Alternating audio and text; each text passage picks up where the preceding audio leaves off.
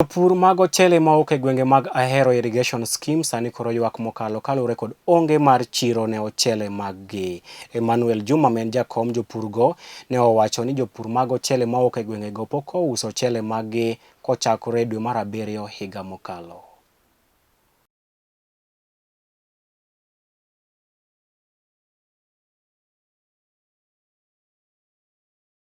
Wasetemo mwanyalo mondo wayud market mar rice, to ok en gima yot.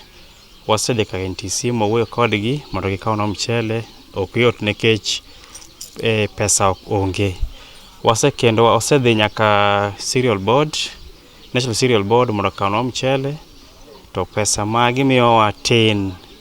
Giwachonwa ni ginyamiyowa siling 37, to 37 ne giwacho ni jo farmers oter mchele ne gin giwegi kuno, ma transportation bende onge kaka farmers yating'o mchele.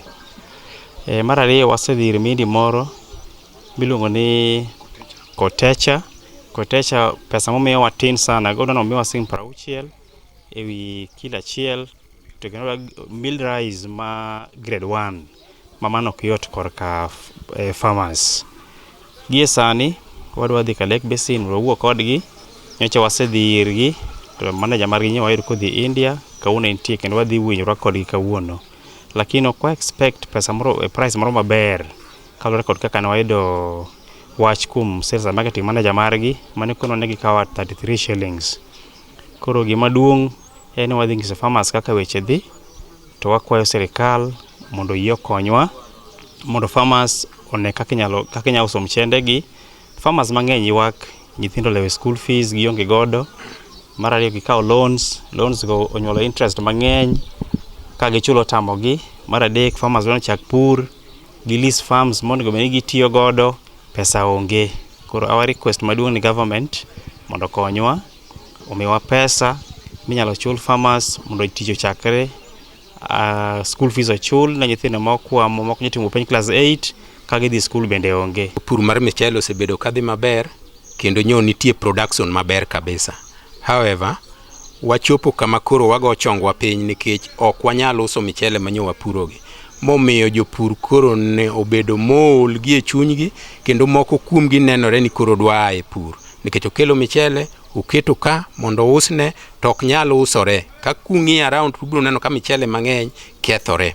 Mae ni nikech waonge kuma giusie michele ne.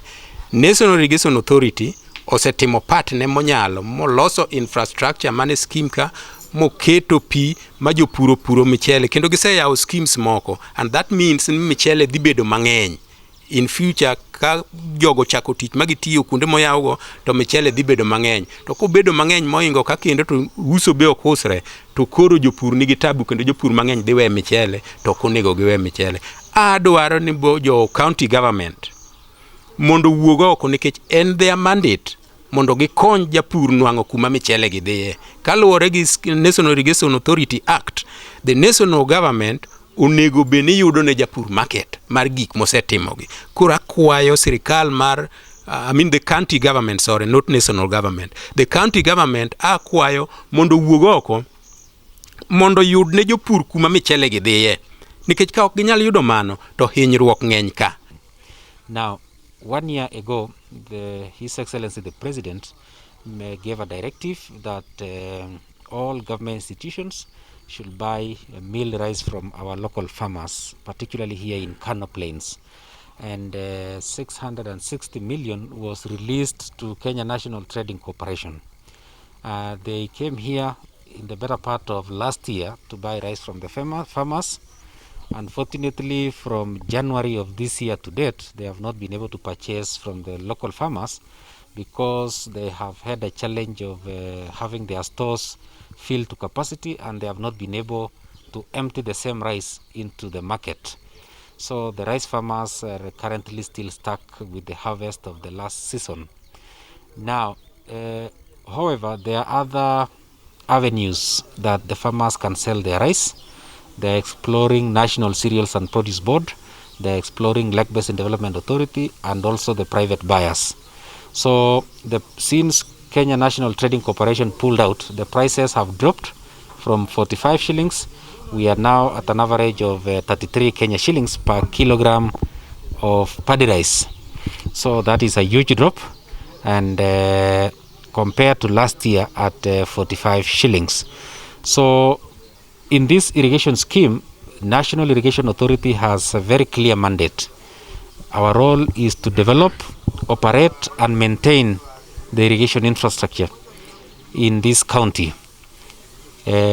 We as the authority do not buy rice from the farmers. So it needs to be very clear that the farmer cooperatives buy from the farmers and also the private buyers. And these other government institutions, they buy directly from our farmers. So we as the authority, we do not trade in rice. We only provide our water services, our irrigation management services to this irrigation